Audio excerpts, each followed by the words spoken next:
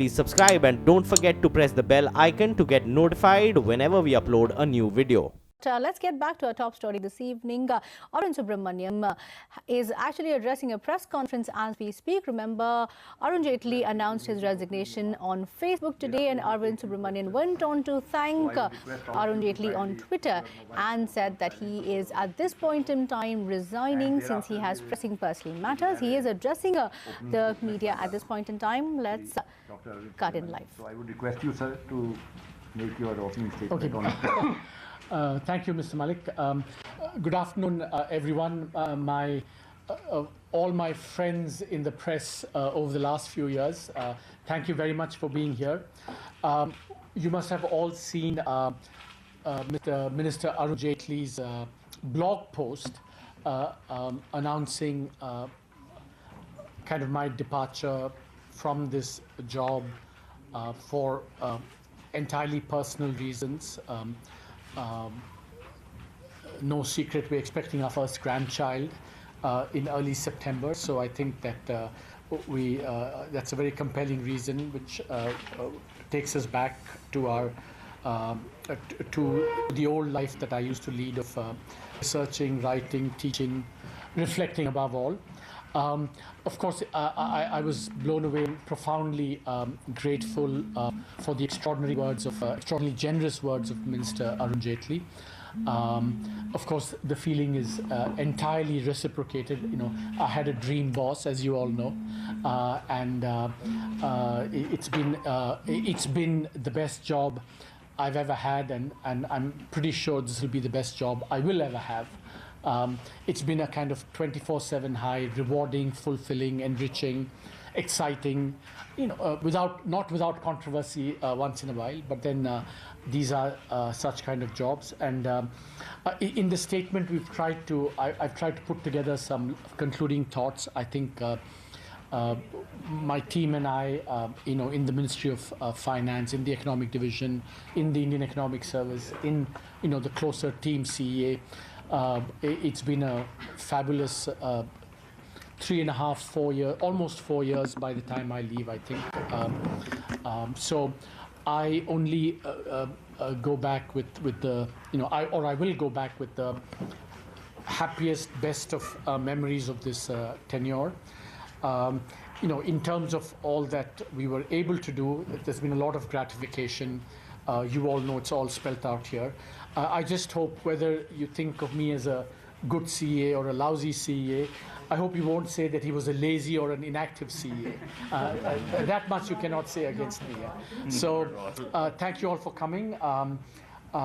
You know, I, of course, as I said, I have a certain vision of what this job is. The government, the Prime Minister, the government, all the senior ministers shared broadly this conception of the role, which is why, you know, we were able to you know, try and do as much as we tried to do.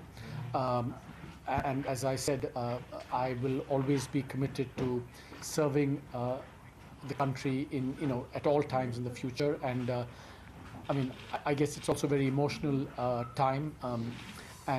So thank you all for being here. One by one. Let us start from this side. Okay.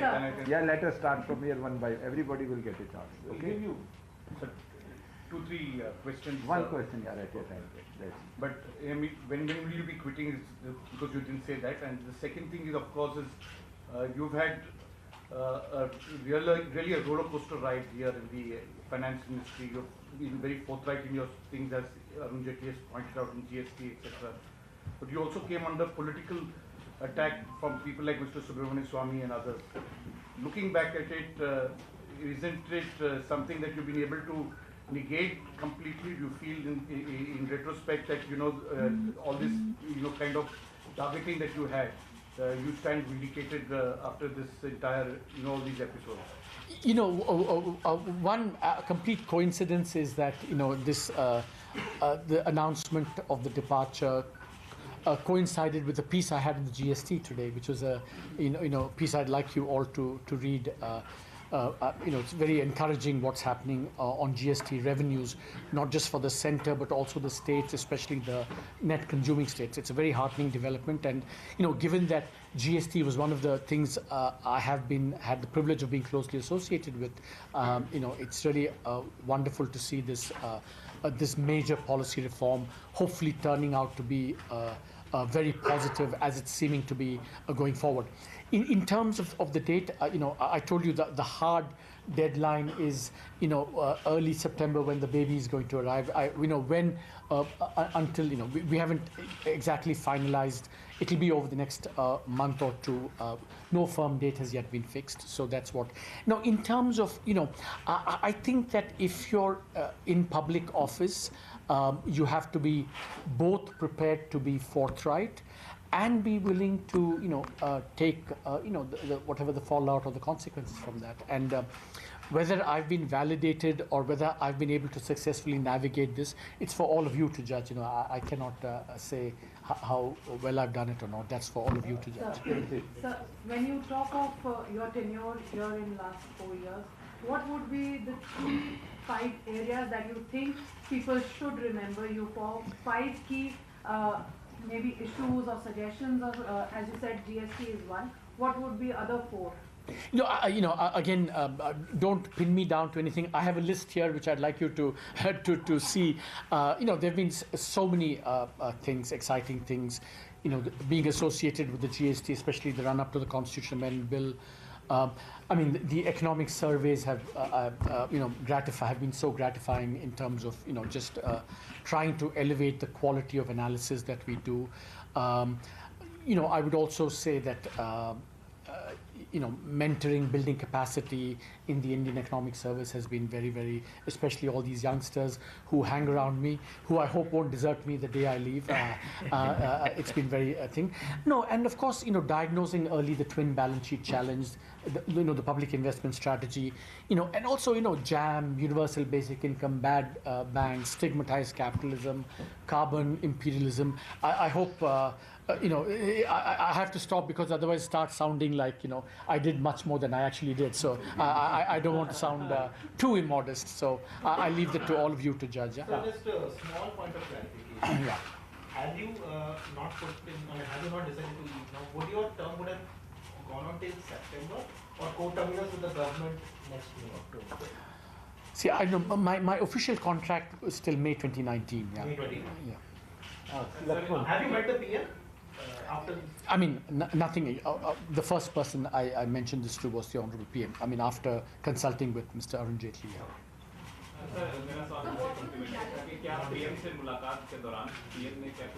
No, you can't. That's yeah. Please. India within India, तो ऐसे शख्स जिनको लाना चाहिए फिर बाहर से लाने की जरूरत See, I am not. I have a very simple answer. बहुत ही सरल जवाब है इसका जवाब. I told you on the पहली दिन मैंने बताया था मैं मद्रासी हूँ. सवाल बहुत आसान है. I think that for every job you should get the best person possible. That should be the criterion. Who's the best person for the job? I'm not saying I was. Maybe you should learn from the mistakes that maybe they made in choosing me. But I think it should be just competence. I think that's what the government believes in. That's what it should follow. Provenance, origin, should be completely, what loyalty, whatever should all be second order. It's about merit and competence above all, I think. Should be. Sir, you have listed so many satisfactions. One thing which you think you wanted to do and you couldn't do? Yeah, see, I think there are, there are certainly when I reflect back on this, absolutely there are many areas where I think that, you wish more could have happened, and that's part of, economic policy as a political process.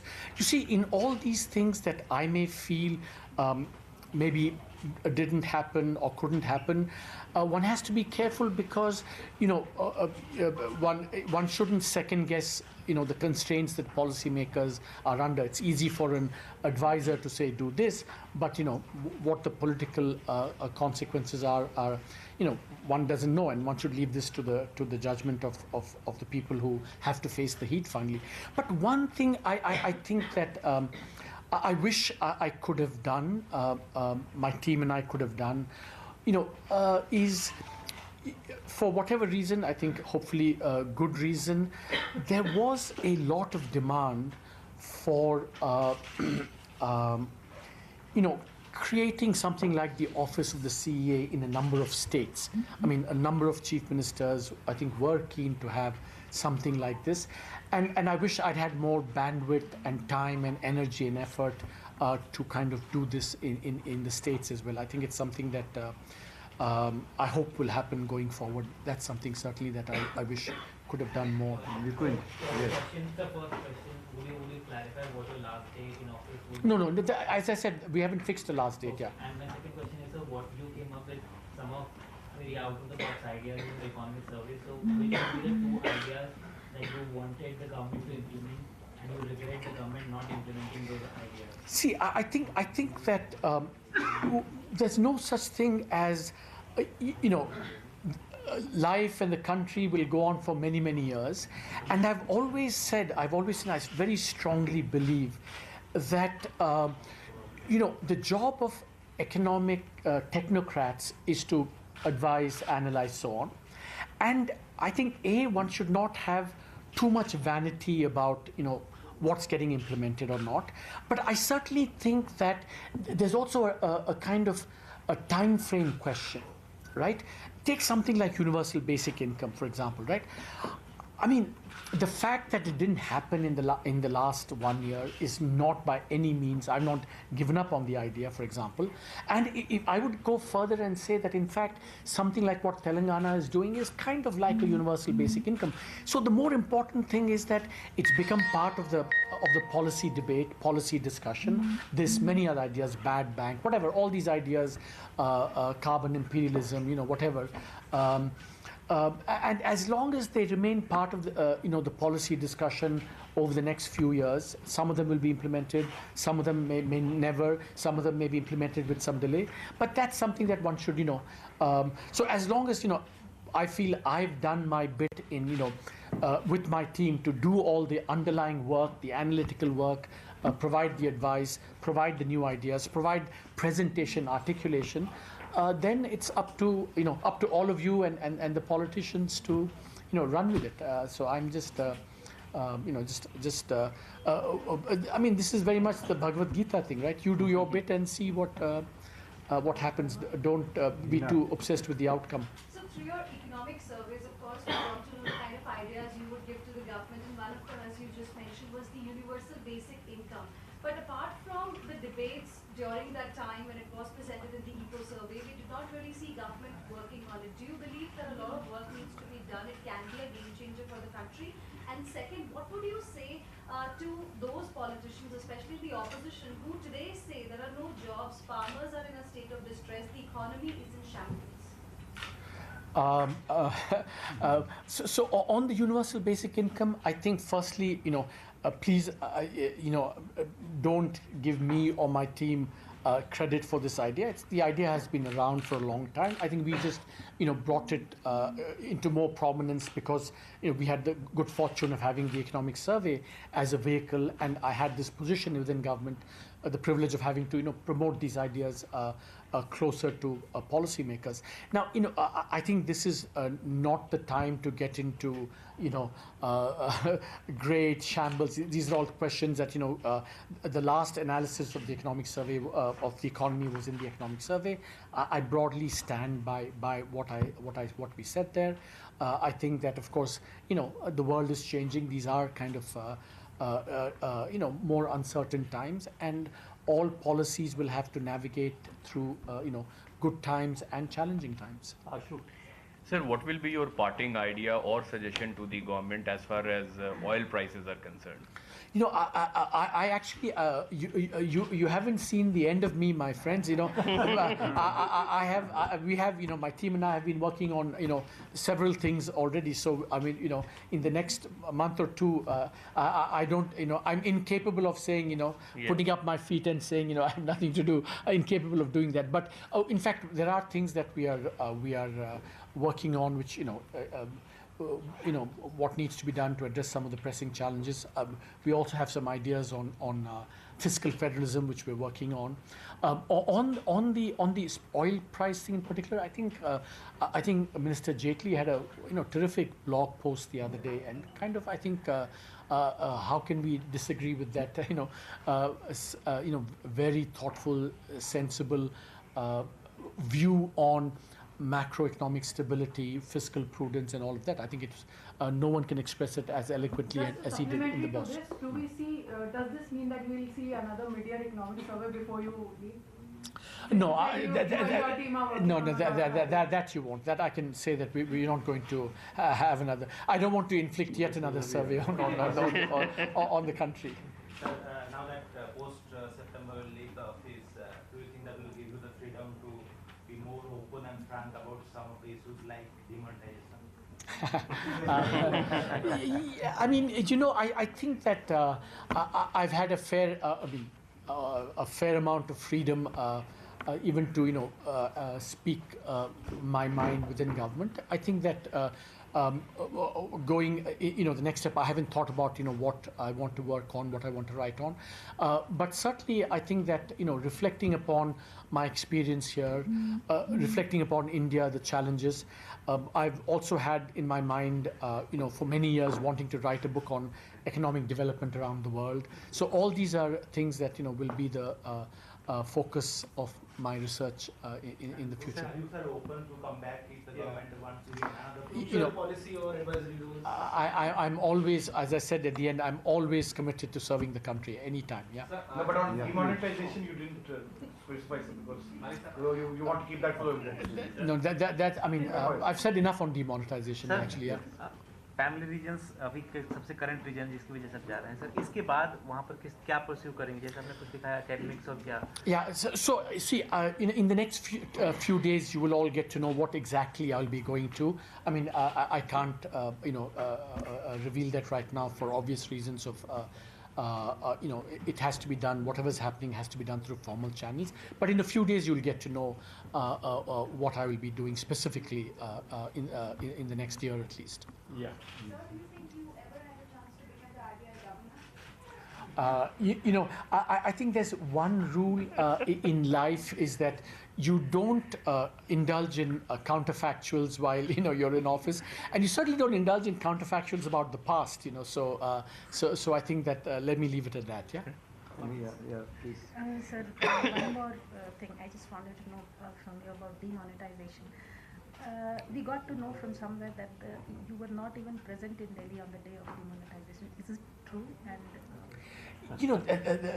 I mean, that's just a fact. You did not know about it. No, it's easier to answer the first question. I think I was very much in Delhi on the day of demonetization. Sir, I had a question, sir. Will the new eco-survey 2019 be prepared by a new economic advisor, or will the existing team led by the principal economic advisor do their... No, I think, I think soon the process will start to find my successor, and I think that let's wait how it turns out. Yeah? Sir, yeah. So now that you're leaving, I want to know one popular perception which could be wrong that you might like to dispel today. Yeah. It could be about Prime Minister, it could be about Finance Minister, it could be about Indian economy, Finance Ministry. One popular perception that you might like to dispel today. That's a great question. I haven't thought about that. These are all. I don't think these are worth speculating about. I think this. Ask me questions on substance and on GST, on Bad Bank, on whatever. I'm happy to answer. But this is all kind of speculation. Because you strongly believe that oil prices should come under GST. And how can it be done? You see, I think those are decisions that the GST Council will have to take. I think that. But you give your views. Yeah, you yeah. For sugarcane and other things. Yeah. On this, what is your view? No, my views is very clear. Many of the exempted sectors, even in today's piece, I've said, at some stage should come into the GST as well. I would like alcohol to come into the GST, for example, right? I mean, for cleaning up the system and for transparency reasons. I think the point is the broader the base of the GST, the more effective it is.